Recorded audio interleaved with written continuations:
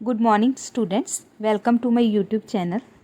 Students, today we are going to read a very short but very deep poem by Robert Frost called Fire and Ice. Students, Robert Frost was a famous American poet. His poems are simple in words but very deep in meaning.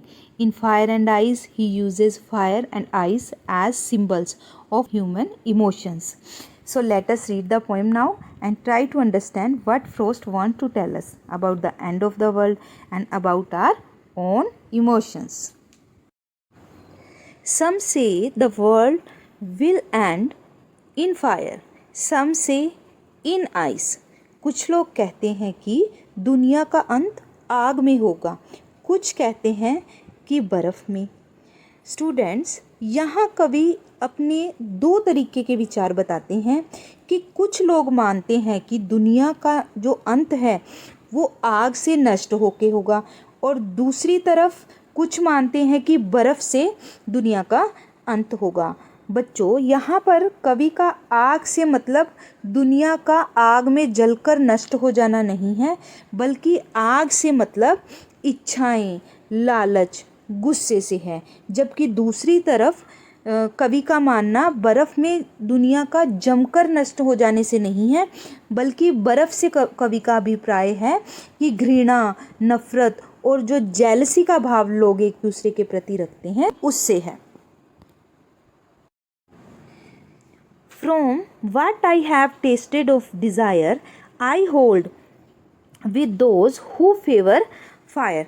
क्या कहना चाहता है कवि यहाँ पर कि जितना मैंने परखा है, जितना मैंने देखा है कि जितना मैंने इच्छा का स्वाद चखा है, जितना मैंने आग को देखा है, तो कवि कहता है कि मैं उन लोगों से सहमत हूँ जो आग को सही मानते हैं। सही कैसे मानते हैं कि दुनिया का जो अंत है वो आग से जलकर होगा। कवि ऐसा क्यों कह रहा है? क्योंकि कवि ने इस चीज़ का अनुभव किया है। कवि ऐसा क्यों कहता है बेटा? कवि ने स्वयं इच्छा और लालसा का अनुभव किया है। वह जानता है कि लालच और वासना जैसी भावनाएं बहुत ही विनाशकारी होती हैं, बहुत ही गलत होती हैं। इसलिए कवि मानता है कि आग दुनिया को नष्ट कर सकती है। But if it had to perish in twice, I think I know enough of hate. यहाँ पर कवि का अभिप्राय क्या है स्टूडेंट्स? कि अगर दुनिया को दो बार नष्ट होना पड़े, पेरिश का मतलब नष्ट हो जाना, डिस्ट्रॉयड हो जाना, ख़त्म हो जाना, तो कवि कहता है कि अगर दुनिया को दो बार नष्ट होना पड़े तो मुझे लगता है कि मैं नफ़रत को भी अच्छी तरह जानता हूँ।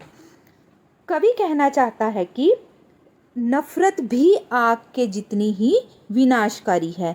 नफ़रत और उदासीनता इंसान के दिल को बिल्कुल ही जमा देती है, उसमें कोई भावना नहीं रहती एक दूसरे के प्रति।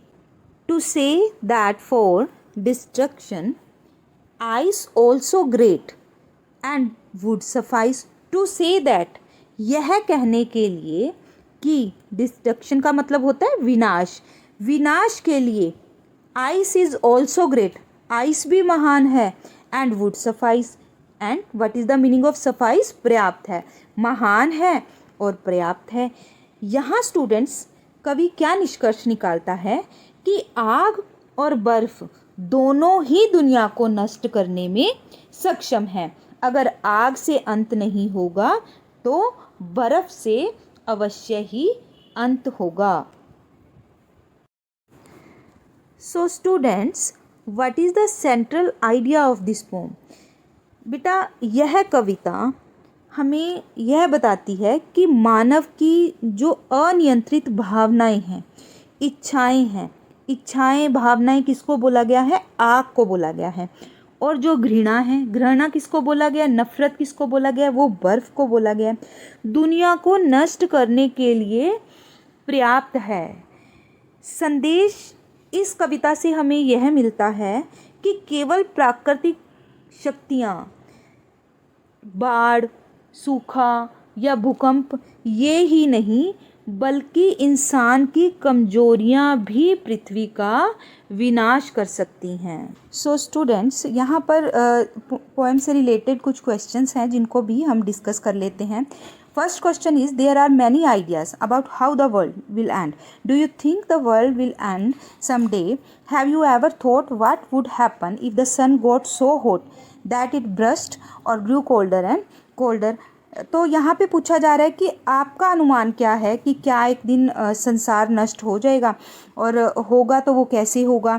अगर सन बहुत ज़्यादा हॉट हो जाए तो क्या वो ब्लास्ट हो जाएगा, ब्रस्ट हो जाएगा, और अगर कोल्ड हो जाए, सन बिल्कुल कोल्डर एंड कोल्डर हो जाए, बिल्कुल फ्रोज हो जाए तो क्या होगा। तो यहाँ पे हम ये कह सकते हैं कि यस, वैज्ञानिक और जो दार्शनिक हैं हमारे, वो यही मानते हैं कि एक दिन दुनिया का अंत हो सकता है। कुछ का मानना है कि यह प्राकृतिक कारणों से होगा, जैसे सूर्य बहुत अधिक गर्म होकर फट जाए, या सूर्य ठंडा हो जाए और पृथ्वी जम जाए। लेकिन कवि हैं जो रॉबर्ट फ्रॉस्ट हैं, उनका ये मानना है कि मानव की इच्छाएं और जो घृणा है, जो जेलसी है दूसरों के प्रति, जिसको उन्होंने बर्फ बोला है, ये चीज़ भी दुनिया को नष्ट कर सकती है। इसलिए प्राकृतिक शक्तियाँ और जो मानव की कमजोरियाँ हैं, दोनों ही विनाश का कारण बन सकती हैं। तो सेकंड क्वेश्चन है, for Frost what do fire and ice stand for? Here are some ideas. तो यहाँ पर हमें इस क्वेश्चन का आंसर बताना है। तो स्टूडेंट, सेकंड क्वेश्चन का आंसर है कि जो फायर है, according to Frost, fire stand for human desires, जैसे greed, lust, anger and passion which burn inside people and can destroy them. And I stand for hatred, coldness, cruelty, indifference and many more which freeze human feelings and relationship. Both are equally destructive. And our third question is, what is the rhyme scheme of poem? How does it help in bringing out the contrasting ideas in the poem? So students, if we discuss about the rhyme scheme of this poem, the rhyme scheme of the poem is A B, A A, B C, B C B, A B, A A, B C, B C B. This irregular pattern reflects the two opposing forces, fire and ice. The rhyme scheme helps to highlight the contrast between the desire and the hated ice. The balanced structure also shows that both forces are equally capable of causing destruction. So students, जहाँ पर fire है, जहाँ पर fire word है, वहाँ पर rhyme scheme होगी ए। Fire से मिलते जुलते वर्ड देखिए आप, फायर से राइमिंग कौन कर रहा है? डिज़ायर। यहाँ पर भी ए, फिर से फायर, फिर ए, तो ए स्कीम यहाँ पे आएगी। सेकंड वर्ड है हमारा आइस, आइस में आप राइमिंग स्कीम बी भरेंगे। उसके बाद आइस के साथ ट्वाइस में भी बी आ जाएगा। हेट दोनों से डिफरेंट है, यहाँ पर आप सी लिखेंगे। फिर से आइस आ गया, आइस में बी लिखेंगे। ग्रेट हेट से मिलता है, राइमिंग कर रहा है, तो सी आएगा। सफाइस आइस के साथ मिल रहा है, तो यहाँ पे बी। तो हमारी राइमिंग स्कीम क्या हो जाएगी? A B, A B C, B C B. तो स्टूडेंट्स, होप कि आपको चैप्टर अच्छे से समझ आ गया होगा, पोएम अच्छे से समझ आ गई होगी। Thank you so much for watching my video.